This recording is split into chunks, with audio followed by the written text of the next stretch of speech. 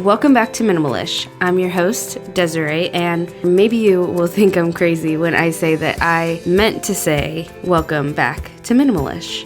A little less than a year ago, I changed my podcast name from Minimal-ish to With Intention. You might remember this because I know many of you that are listening found me when I was under the name Minimal-ish here in the podcasting world.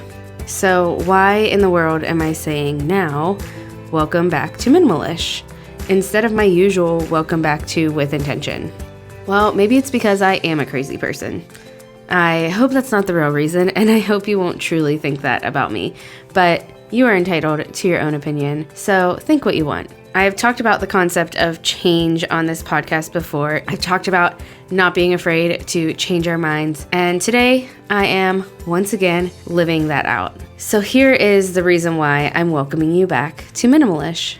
Like I said, about a year ago, I changed the podcast name to With Intention, and when I did so, it was for a reason. The biggest reason was that I did feel limited by the name Minimal-ish. I wanted to talk about more than just minimalism, and I felt like if people were finding my podcast by searching minimalism, maybe that's all they wanted to hear. But another really big reason that kind of goes along with that I didn't really share with much transparency at the time, is that I changed the name out of fear. I was struggling with what I like to call the minimalist police. This is not a real thing, by the way, but I let reviewers or comments from strangers on the internet get to me when Minimal-ish was at a fast-growing pace. They'd say things like, this isn't really a podcast on minimalism. Maybe I didn't really fit the bill for a minimalist that they imagined. I didn't fall into their definition of minimalism, and I started to believe that. I stopped sharing about minimalism as much, and I felt like I should change the name. But every time since then, every time that I've shared about minimalism, either on the podcast or on Instagram, I get requests to share more. Not because my version of minimalism is perfect, not because it's the right version or it is superior to any other version, but rather because it is honest and very real and very much so minimal-ish. And maybe I don't fit the bill of an Instagram or Pinterest-worthy minimalist, but working towards a life of less stuff that doesn't matter and more of the stuff that does, it's a huge value of mine, and it's just become part of me over the last 4-ish years. What I realized recently is that I missed the name Minimal-ish. It sounds silly. Like, what does it even matter? Why does a name matter so much? And I really don't have the answer to that, but all I know is that I have struggled to hit my stride with podcasting under the name With Intention. I have just not felt creative. It has not felt like me. So why not change again? And this time I am just changing back, and I'm bringing back the name Minimal-ish. And even though it is still scary to make a change with the internet's eyes and opinions on me, even though I fear you might think I really am a crazy person, I also fear even more not being myself. I fear I won't be able to continue this podcast under a name that just doesn't feel like me. I loved Minimal-ish. I loved the community that came together under the name of the podcast, Minimal-ish, and I know it's just a name, but it just has meaning to me, and it just feels like me. And these days, I care very much less about the minimalist police and anyone's opinions on if I am minimalist enough. I mean, hey, I can't be for everyone. But what really matters is I want to let you know what will change about the podcast if it is changing names again. Well, since we're changing backwards, basically nothing much will change. In fact, the subject matter won't really change, and it hasn't changed that much from when I changed from the name Minimal-ish to begin with. I'm not going back to only talking about minimalism. I never really did only talk about minimalism, but I'm continuing to talk about minimal-ish, intentional living, motherhood, seeking a life with less distractions, and more of what matters to us. We will still talk about living life with intention because I feel like that is a huge part of what minimalism has allowed me to pursue. But what will change is the name, the cover art, and just podcasting under a name that feels like me again.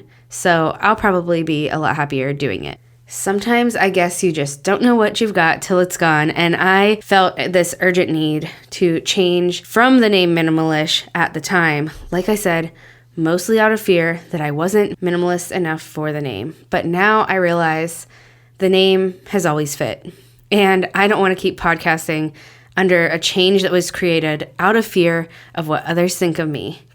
In fact, taking a break from creating a lot of content this past year helped me care way less about that anyways. So, welcome back to the Minimal-ish podcast, where we will continue to talk about how a less cluttered life can help us focus more on the things that matter. Today's episode is a short one. It was mostly to notify you of this change. I did want to still bring you somewhat of an episode, so it'll be a short one.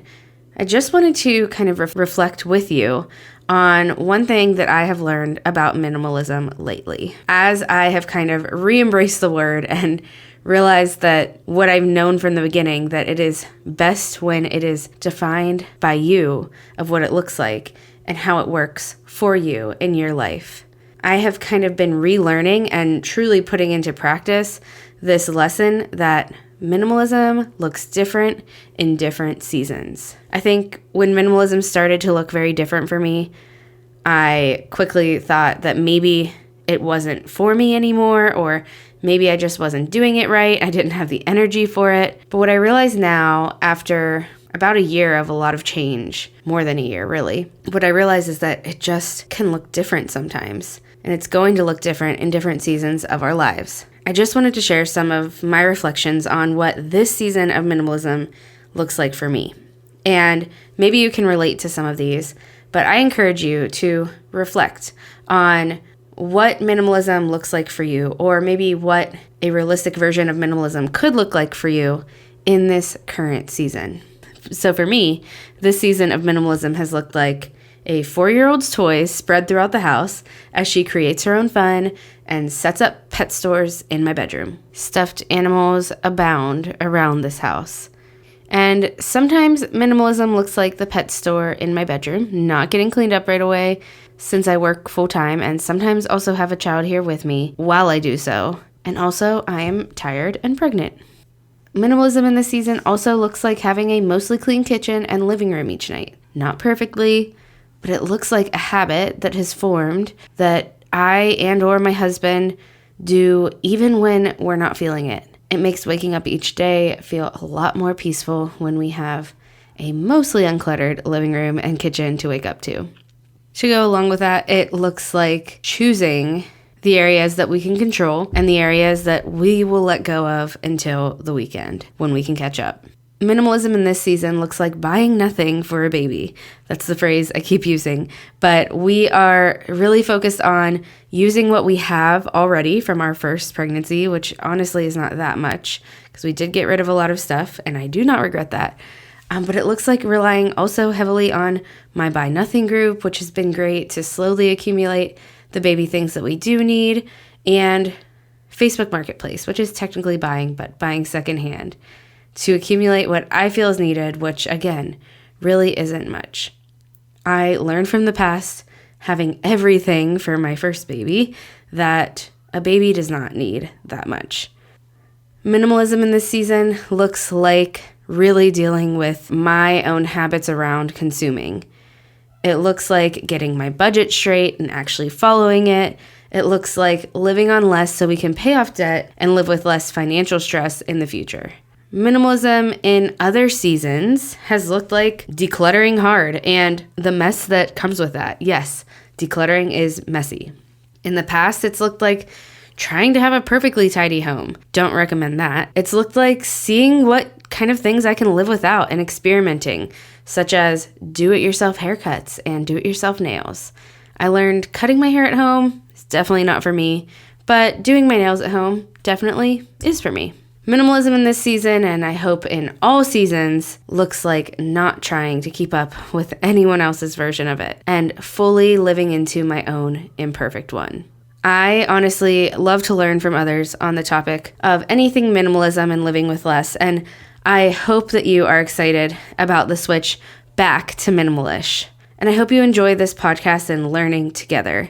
But the most important version of minimalism isn't anyone else's version. It's not mine. It's not any of the things I just reflected on. It's yours. It's the realistic one that will probably change in different seasons, the one that you can realistically achieve, the one that you can keep up with, the one that makes your life less cluttered, more intentional, more focused on what matters. I hope you enjoyed this shorter episode. I hope you're excited for the change, which really is mostly just a name change. But I'm looking forward to podcasting more consistently under a name that feels truly like me. I am so grateful that you are here. And if you have been here since the podcast was named Minimal-ish in the past, I'm grateful you have stuck around.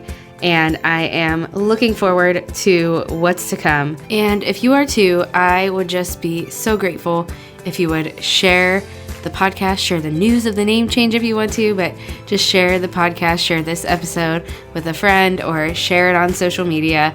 I am grateful for you for helping spread the word and getting more eyes and ears on the podcast. Thanks again for being here, and I will talk to you right back here on the next episode.